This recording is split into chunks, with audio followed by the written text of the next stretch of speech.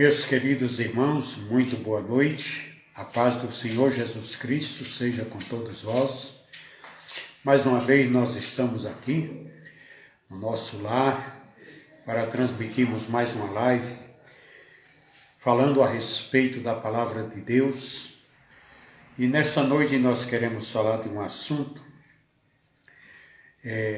que é muito importante, que é a alegria e o prazer de ver homens fiéis de Deus, mulheres fiéis de Deus, dando testemunho público da sua vida. Eu quero ler com os irmãos nesta noite a terceira carta de João.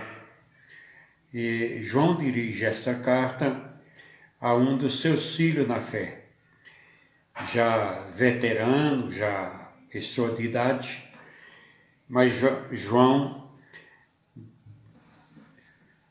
redige uma carta muito amorosa, uma carta que realmente deixa a gente admirado, que naquela época João já fizesse tanta diferença em saber a fidelidade de uma pessoa. A terceira carta de João, ela tem um capítulo só, então eu quero ler aqui com os irmãos o seguinte. O presbítero amado Gaio, senhor de respeito, a quem eu amo com firmeza da verdade. Isso é importante. O amor com firmeza da verdade. Amado nosso, rogo por ti, para que prosperes em todas as coisas e esteja bem de saúde, assim como é próspera a tua alma. Que maravilha! Pois muito me regozijei pela vinda de irmãos que testificam acerca da tua firmeza e de como tu andas na verdade.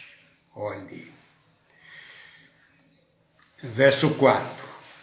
Não tenho maior gozo do que este, o de ouvir que meus filhos andam na verdade.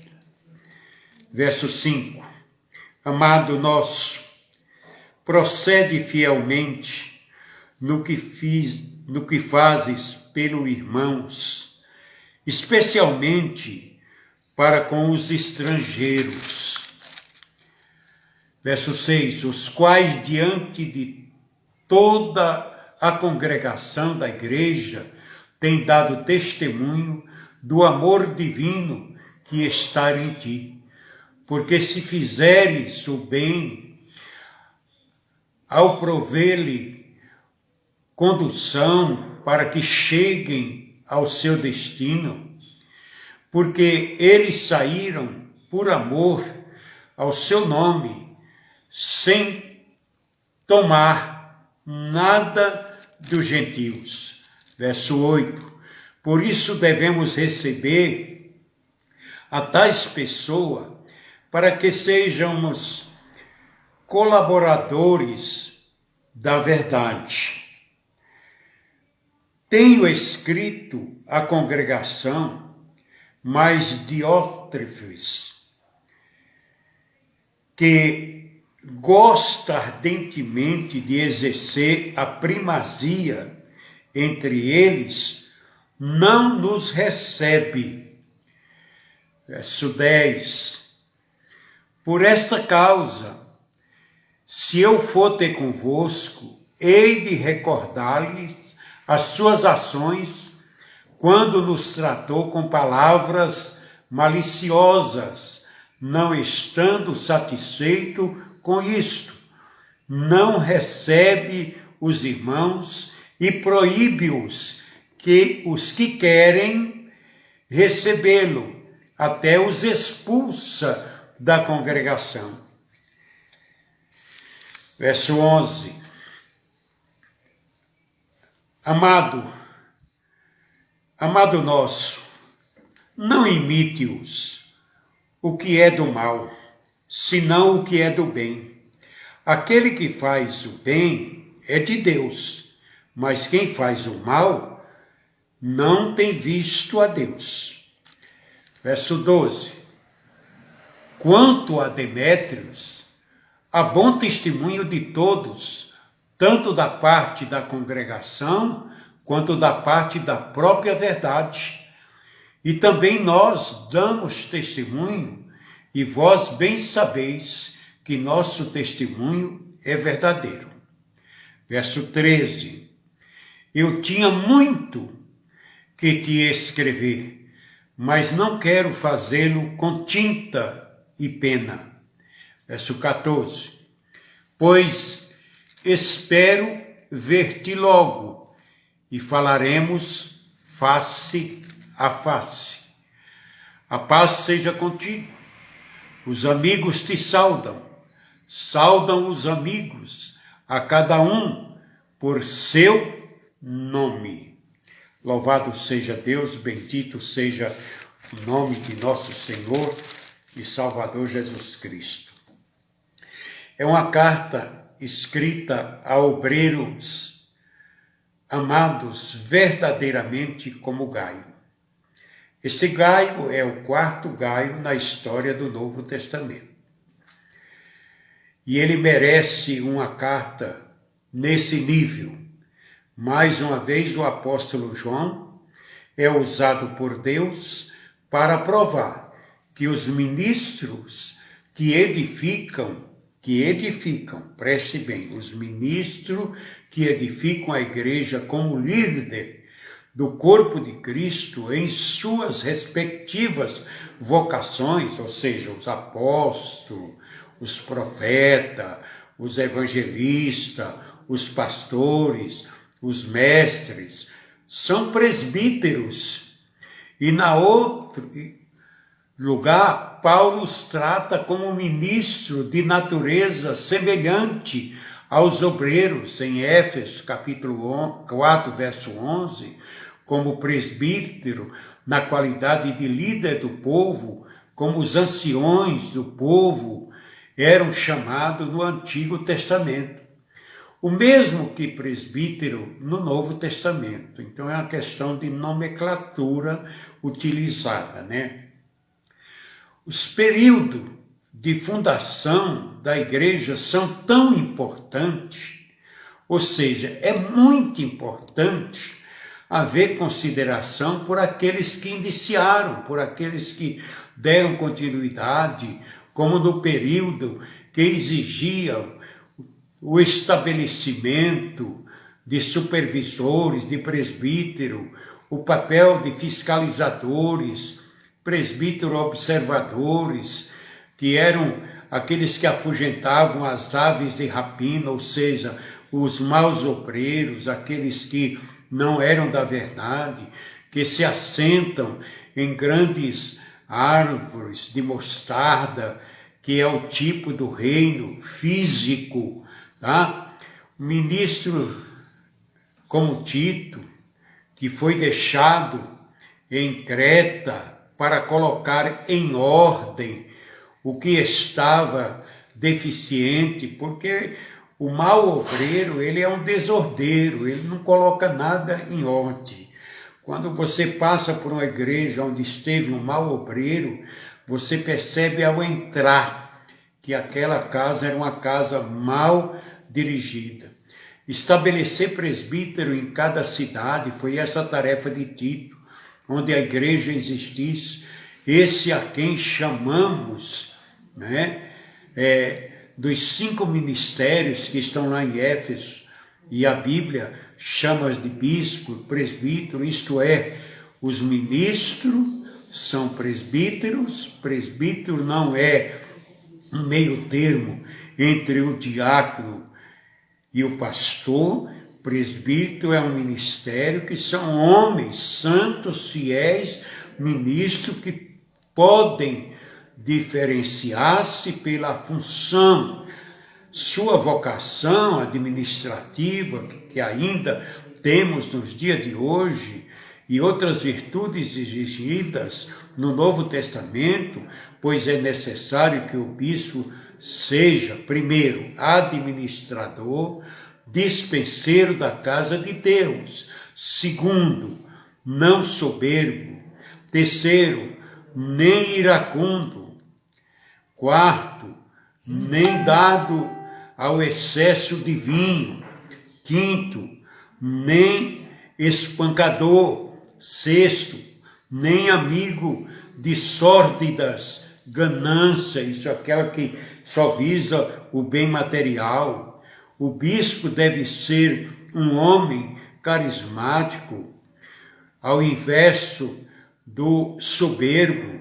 O líder iracundo geralmente pratica esse tipo de estilo para demonstrar autoridade, falsa santidade e fraqueza ao mesmo tempo. Esse líder é mais solitário do que soberbo.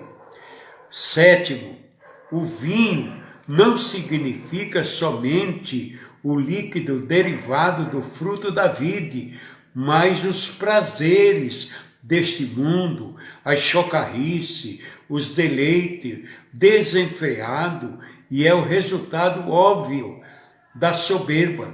O vício não é comungando com o copo, o mesmo corpo, tendo comunhão com a água pura e com a água suja. Tá? Entre vícios e dons, há uma diferença muito grande. Não existe comunhão entre um e outro. Então, quando quando João faz esta carta, escreve esta carta, ele está aqui falando a respeito de um amigo. Como é bom reconhecer a pessoa que realmente é amigo. E João reconhece aqui a Gaio, chamando ele de presbítero amado Gaio. E eu coloquei aqui, entre aspas, senhor de respeito, porque o texto que ele diz aqui, ele diz, amado Gaio, a quem em verdade amo, porque é uma pessoa que precisa ser respeitada, né? Uma pessoa que tem suas qualidades, né? E João sabia que a oração pelo amigo gera prosperidade na vida dele. E naquele que intercede, João roga que seja próspero paralelamente à sua prosperidade de alma. Não podemos prosperar na carne, fisicamente, sem alcançar o mesmo êxito na alma. Portanto, quando se busca prosperidade, ela vem no termo espiritual e também no termo físico, na vida física. Gaio prospera na mesma proporção que sua alma está prosperando, sobre o poder da obediência, a alma sujeita ao espírito, o corpo sujeito à sua alma e ao espírito. É a prosperidade quando se quer chegar perto de Deus. Quando estou bem com Deus, todas as coisas cooperam para o bem. Então, no verso 2, ele diz, amado, rogo por ti, para que prosperem todas as coisas. É a oração. E que estejas bem de saúde, assim como é próspera a tua alma. Né? Outros vão dar testemunho de mim. Nós aprendemos com Paulo que podemos sentir a glória de nosso sucesso dentro de nós mesmos, sem procurar arrancar isso forçadamente, né, da boca de outras pessoas, que as pessoas venham falar isso. Eu ouvi uma frase que diz o seguinte: não deixe nunca a sua igreja se apaixonar por você, porque ela tem um noivo e ele é ciumento. E a igreja, quando ela se apaixona pelo pastor, ela esquece de que ela é noiva comprometida com o Salvador. Portanto, o pastor é apenas um instrumento e ele vai prosperar diante de Deus. O verso 3 diz: pois muito me regozijei pela vinda de irmãos que testificam acerca da tua firmeza, de como tu andas na verdade. Então aqui, João está reconhecendo nesse presbítero que ele é um homem firme, que ele é um homem que está na frente de um trabalho, na frente de uma igreja, mas para que ter e receber a apreciação, né, a simpatia e o apoio dos irmãos, ele não precisa abrir mão da sã doutrina, ele tem que ser uma pessoa firme no ensinamento da palavra de Deus, sem recuar com ninguém, falando sempre a verdade, porque a verdade sempre é cabida, né? Outro dia eu ouvi uma mensagem que o mensageiro falava que quando Eliseu falou para o rei de Israel que não tinha nada para falar com ele, que Eliseu estava agindo na carne. Não, ele estava agindo na verdade, porque a palavra da verdade é esta: você tem que ser firme naquilo que é verdadeiro, você não ser adepto da mentira, de apoiar um homem para simplesmente agradar, porque ele é líder. Não, de maneira nenhuma. Você tem que ser uma pessoa consciente, né? O testemunho mais precioso é aquele que é dito fora do púlpito. Ou seja, a pessoa tem que ser bem testemunhada pela sua conduta ao redor da mesa da comunhão.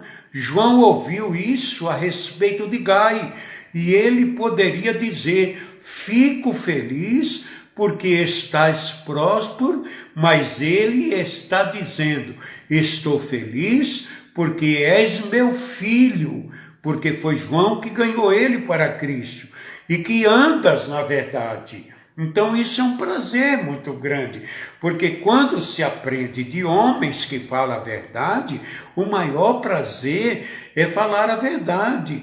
O Jesus é a verdade, o Espírito Santo é a verdade, tá? O Espírito de Deus é verdadeiro e ele que nos guia em toda a verdade. Estudamos, meditamos na verdade, temos a verdade. Esta é propriamente a pessoa do Senhor Jesus. Mas quando andamos na verdade, é porque o Espírito Santo transforma aquilo que lemos, aquilo que estudamos, aquilo que meditamos a respeito de Cristo e em um modo de vida. Este é o Espírito Santo da verdade, que é aquele que Jesus disse que ele mandaria, o Espírito Santo da verdade, o Espírito de Cristo. Muito bem, vamos aprender um pouco mais. Não tenho maior gozo do que este, o de ouvir que meus filhos andam na verdade. Os estrangeiros são os gentios salvos, que pregam à congregação. Estes são considerados por João como parte integrante da igreja. João compreendeu melhor do que Pedro. Deus cuida do estrangeiro que serve, assim como ele cuida da viúva. Muitos estão viúvos de sua nacionalidade. Gaio cuidava dos estrangeiros.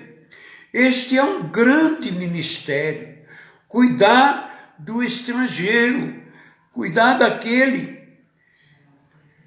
que é necessitado. E ele não explorava os estrangeiros, ele não ameaçava os estrangeiros, ele cuida fielmente dos estrangeiros. Então esse homem só pode receber elogio do seu pastor, daquele que o cuidou dele. E no verso 5 ele diz: amado nosso, procede fielmente no que fazes pelos irmãos, especialmente para com o estrangeiro. Ele se preocupa. Gaio é um exemplo de testemunho. Primeiro, ele é amado pelo apóstolo, ele é presbítero a quem eu amo com firmeza da verdade. 2, ele busca a prosperidade paralela, equivalente entre a física e a espiritual, sempre procurando apresentar às pessoas que a prosperidade, em primeiro lugar, ela é espiritual, é um crescimento espiritual, que as bênçãos de Deus vão vindo para aqueles que cada vez mais se chegam a Deus. Chegai-vos a mim e eu me chegarei a vós. Tem testemunho de seus caminhos. Salomão disse que não conhecia o caminho do homem como a virgem, porque é igual ao da prostituta, que faz o que é errado e ainda se limpa e não deixa rastro, mas conhecemos o caminho de quem anda na verdade. Quem anda na verdade é conhecido. Não adianta querer praticar as coisas erradas lá fora e querer vir se limpar no púlpito, na igreja, no santuário. Não, você tem que primeiro se limpar para depois você vir apresentar-se diante de Deus, né? Então o sábio aqui está dizendo, a bênção de ir conquistar e voltar foi essa bênção que Jacó pediu a Deus, a bênção da condução, a bênção de chegar ao destino.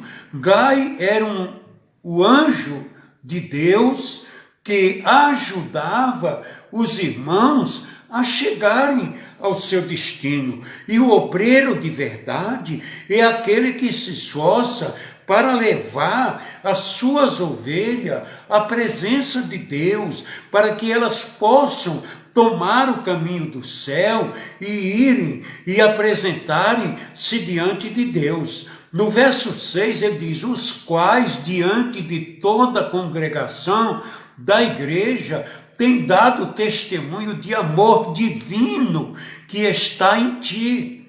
Isso são as pessoas que vão falar a respeito de João, porque fizestes o bem ao prover-lhe condução para que cheguem ao seu destino, bem o farás isso. Então o estrangeiro vinha, e quando era para ele voltar, era necessário ele ter o suprimento necessário para o seu retorno, que naquela época não existiam os hotéis, e outra coisa, o dinheiro era escasso, então era a igreja que tinha que ajudar, era a igreja que tinha que colaborar com essas pessoas. E ele diz, os gentios como nação ainda não compreendem a questão do reino de Deus, senão por intermédio da pregação do Evangelho. E este é o caminho. Eles não haverão de autofinanciar-se a sua própria evangelização. Este é o dever da igreja.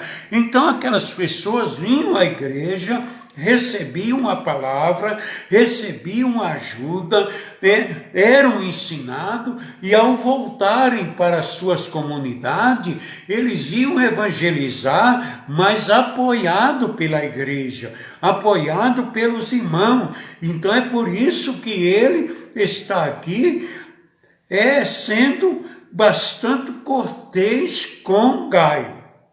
7.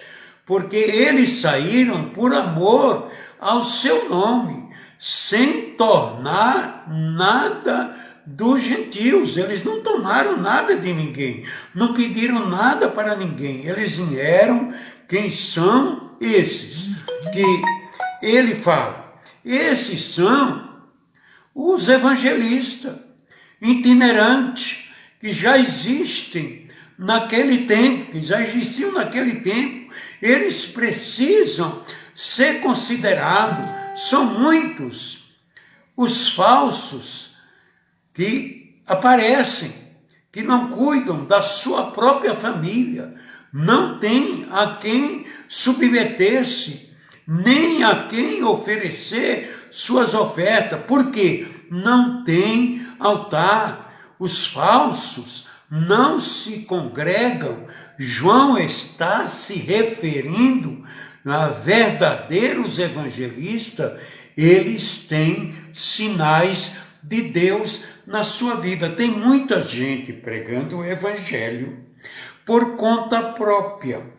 Não são enviados por ninguém, não prestam conta para ninguém, arrecadam dízimos e oferta para si, sem ter a quem oferecer isso no altar divino, tá? Então ele está dizendo para Gaio que essas pessoas ele não precisa ajudar, porque elas não são verdadeiras para com o reino de Deus.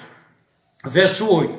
Por isso devemos receber a tais pessoas para que sejamos colaboradores da verdade. Das pessoas quais são? Aqueles que se esforçam, aqueles que chegam à igreja, querem trabalhar, querem fazer a obra de Deus, querem executar o trabalho de Deus sem o desejo de poder, o desejo de grandeza. Porque a pessoa chega e ele quer crescer, ele quer ser alguma coisa, né?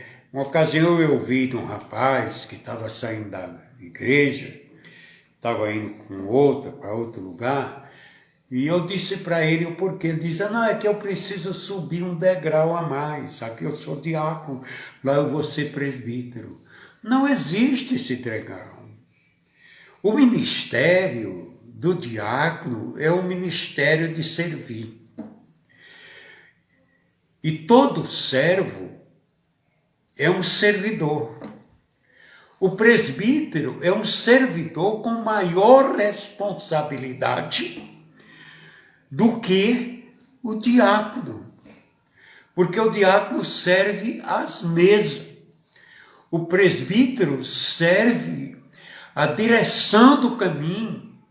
Precisa conhecer o caminho, saber qual é o caminho para ensinar o caminho para as pessoas. Não é assim como se diz, é uma promoção. Muito pelo contrário, é uma responsabilidade, porque ao presbítero vai caber o ministério da oração, o ministério da intercessão, o ministério da unção com óleo, o ministério da cura. Então é muito mais responsabilidade, é muito mais serviço. Então aí está a diferença, né?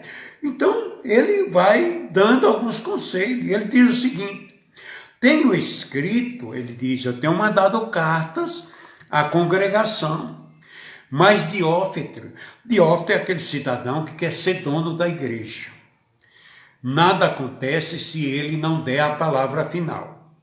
Nada acontece se não sair da cabeça dele. Nada acontece se não tiver o apoio total dele. Se ele discordar, então ninguém conta. Ele diz que ele tem mandado algumas cartas, né, à congregação, mas Diótrefes, que gosta ardentemente de exercer o primado entre eles, não nos recebe. Ou seja, eu mando as recomendações, eu mando as orientações, mas ele não passa as minhas orientações, ele quer a dele. Né? É aquele cidadão que acha que no reino de Deus tem que prevalecer a vontade dele, tem que prevalecer o que ele determina, que ele é a autoridade, que ele é o tudo. Não, você pode querer o que quiser, mas a glória é de Deus. Você está lá para fazer o trabalho de Deus, mas a glória é de Deus. Deus não dá a glória dele para ninguém. Você quer ter glória, mas você não terá. De que escola saiu Diótrefes? De Miriam e de Arão. Você entendeu? Miriam e Arão chegaram e disseram: por que Deus escuta só a Moisés? Ele tem que escutar nós. Você é sacerdote, eu sou profetisa, então ele vai ter que escutar nós. E o que aconteceu? Eles ficaram leprosos. Tá? Por quê? Porque não era a função deles, né? A mesma coisa aconteceu com Aiô e Uzá, que queriam ser reconhecidos como proprietários do posto sacerdotal de condutores oficiais da arca. A pessoa quer ser ele o maioral, quer ser ele o dono. Então a gente vê que a justiça de Deus se encarrega de tomar estas providências aí, né? E aí então vem as coisas interessantes. E algumas pessoas esquecem do seu passado recente e do perdão que por misericórdia lhe foi concedido e se exaltou e põe os outros à prova, mas esquece-se dele, né? Com o seu cargo presente, ele assegura que tem o poder, sem exercer a necessidade de afirmação, maltrata com palavras diante de seus subordinados, de seus escolhidos, insatisfação dos males que faz, atua como se estivesse numa guerra infindável, procurando reagir ao mesmo nível que os seus informantes, inventores de males. Então, eles são pessoas maldosas que trazem notícias mentirosas e ele procura apoiar essa pessoa, que às vezes são pessoas que estão agindo com inveja, com rancor, tá? E esse Diótrefes fazia assim, nem recebia as cartas, proibia que aqueles que fizessem qualquer tipo de menção das cartas, excluindo injustamente outras pessoas, tá? Então era esta a instrução de João. Verso 10. Por esta causa, eu, se for ter convosco, hei de recordar-lhe as suas ações. Vou dizer para ele o que ele está fazendo. Quando nos tratou com palavras maliciosas, e não estando satisfeito com isso, não recebe os irmãos e proíbe os que querem recebê-lo, até os expulsa, tá? Da congregação. Às vezes você procura um auxiliar, o auxiliar quer te ajudar, mas o titular não deixa. Quem manda aqui sou eu. Não é Deus que manda, quem manda é Ele. Não é Deus que governa. Amado, nós não, olha a recomendação, não imites o que é do mal. Não imite ninguém que é do mal. Você que está me ouvindo, não imite ninguém que é do mal. Pessoa do mal não deve ser imitado, porque o mal não é de Deus, o mal é do diabo. E quem imita o diabo é adepto da doutrina do diabo. Então não tem essa condição. Não imites o que é do mal, senão o que é do bem. Aquele que faz o bem é de Deus. Quem faz o bem é de Deus. Preste atenção. Mas quem faz o mal não tem visto a Deus. E essas pessoas que fazem o mal, fazem porque não têm contato com Deus. João está explicando isso aqui para Gai. Não sou eu que estou dizendo, não. Está escrito aqui na Bíblia. Carta de Paulo a João, capítulo, só tem um capítulo, versículo 11. Ele está dizendo isso. Tá? Por quê? Porque há a necessidade de que se observe essas pessoas através do testemunho de todos, inclusive o testemunho daqueles que são de fora. Né? As pessoas de fora sabem o que ela faz, o que ela fez. Ela cala ou acusa. A pessoa de fora, quando ela vê falar bem de uma pessoa, ela cala se a pessoa é do bem, mas se ela é do mal, ela acusa. 2, o testemunho também da congregação, ela murmura e ela recusa, rejeita aceitar essa pessoa.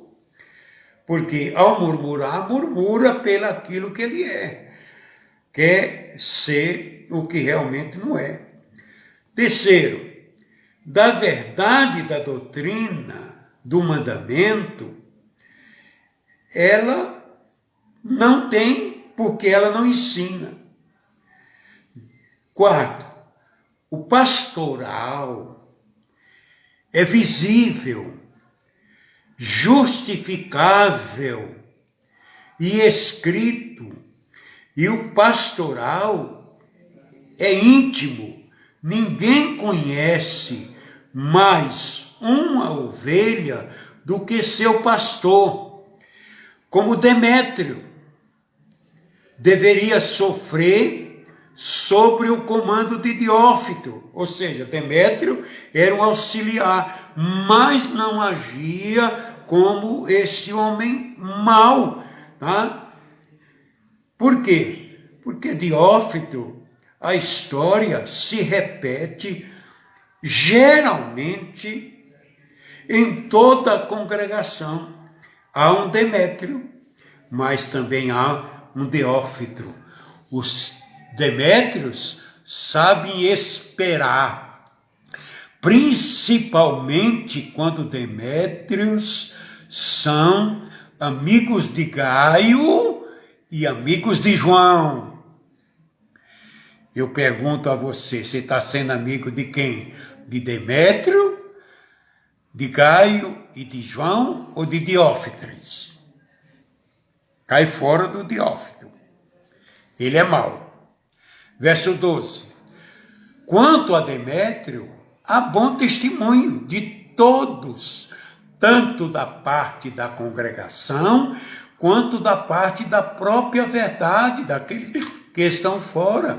E também nós damos testemunho de vós, bem sabeis que o nosso testemunho é verdadeiro. Então, João não queria, como se diz, agradar ninguém. Ele queria falar a verdade. Ele estava dizendo a verdade. Ele estava aconselhando o seu discípulo a verdade. E chega o momento em que a comunicação escrita ou fonada não tem serventia algum. A comunhão é algo que não se satisfaz com a voz, com a foto, com a linha infindas de uma carta, mas de um exemplo. O exemplo fala mais alto do que qualquer carta.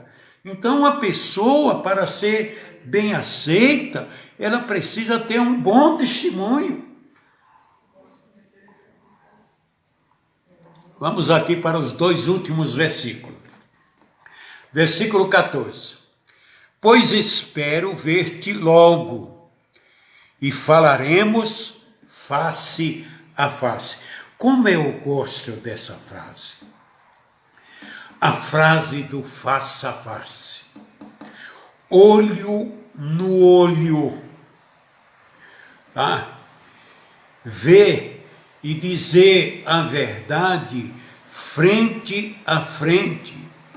Os amigos são nossa mão no alcance daquilo que está do outro lado da fronteira cruel, da distância, da certeza, da servidão incondicional.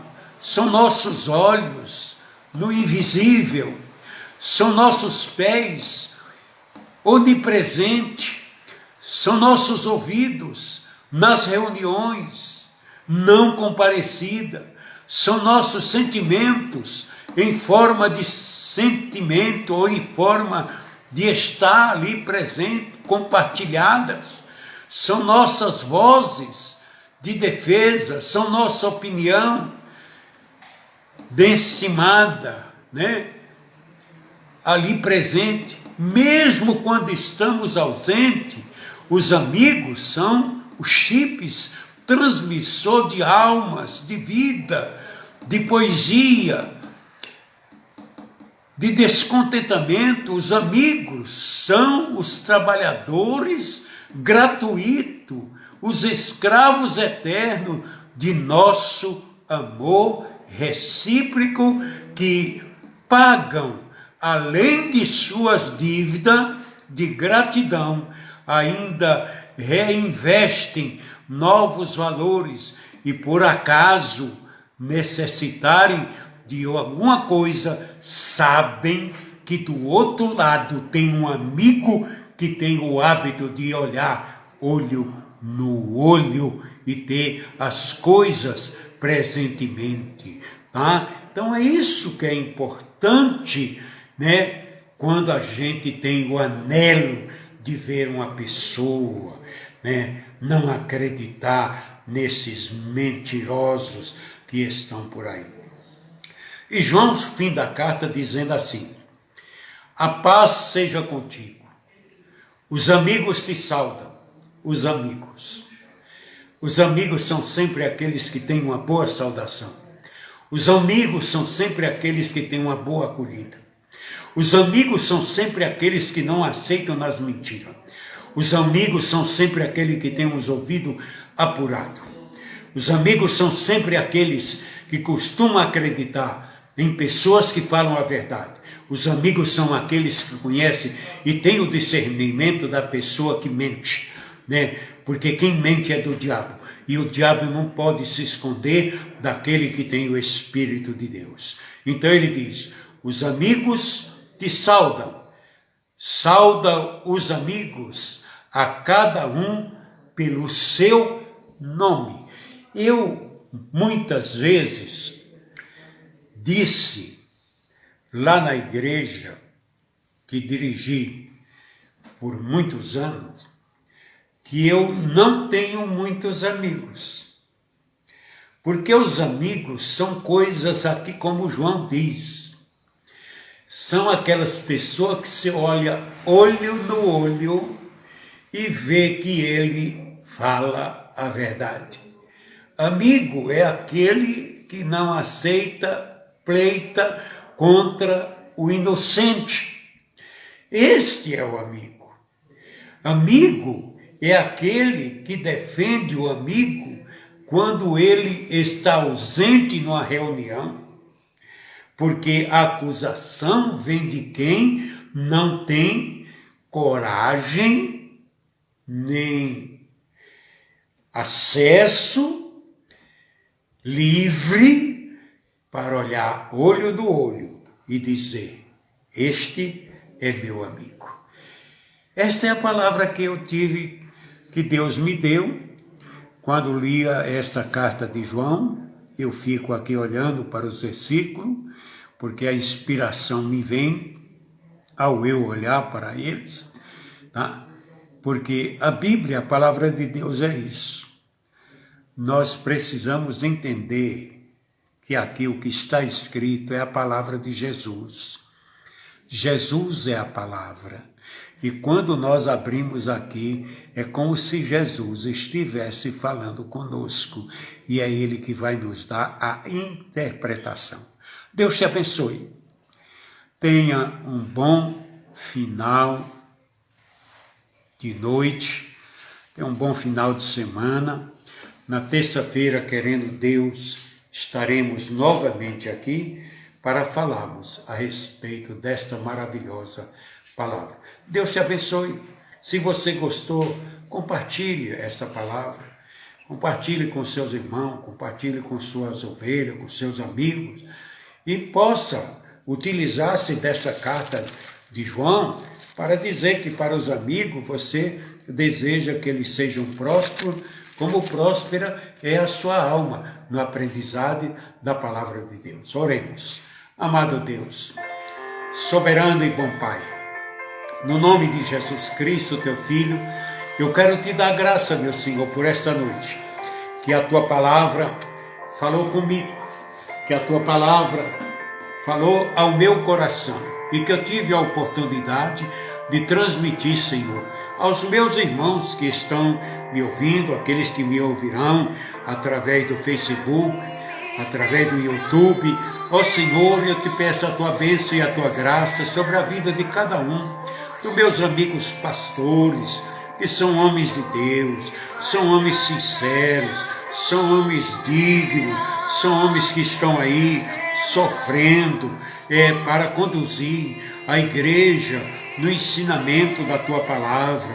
Tenha misericórdia, guarde as tuas ovelhas dos lobos, dos enganadores, daqueles, Senhor, que querem tão somente usufruir da lã e da gordura das ovelhas, que estão abrindo as portas do céu, como se eles fossem donos do céu, estão deixando de ensinar a sã doutrina, estão ensinando, Senhor, a não levarem em considerações os mandamentos do Senhor, que eles foram postos para a nossa conduta, para aprendermos como é que vive um cidadão do céu. Abençoe, Senhor, os teus filhos, abençoe a tua igreja, abençoe esses meus irmãos que são pastores de igreja, que são líderes verdadeiros. Ó Senhor, aqueles que estão agindo erradamente, é o Senhor que toma conta deles. Nós não somos juízes, nós somos intercessores, nós somos sacerdotes, nós oramos, nós suplicamos a tua bênção em favor da vida deles e pedimos a ti, Senhor, que esteja abençoando. Meu Senhor, abençoe aqueles irmãos que estão enfermos, aqueles que estão hospitalizados, aqueles que foram atingidos pelo Covid-19. Ó Deus bendito, que tu dê uma graça, um restabelecimento, aqueles que estão, Senhor, em momentos de recuperação. Abençoe a vida deles, dê a tua graça e a tua bênção, meu Pai, e que eles encontrem diante de ti o consolo e o abrigo, porque Tu és o Senhor que nos dá esta dádiva maravilhosa. Cuida do Teu povo, cuida daqueles que sinceramente Te buscam e Te servem, ó Senhor, e aqueles que estão no caminho do erro, que eles possam encontrar a verdade e abandonar os caminhos errados e voltar para Ti, Senhor. E o Senhor, de braços abertos, terá na Tua casa homens demétrios para receber, para cuidar, Gaios para socorrer. Abençoe e guarde, Senhor, em nome de Jesus, a cada um. Eu te peço e eu te agradeço hoje e sempre, em nome de Jesus. Deus te abençoe.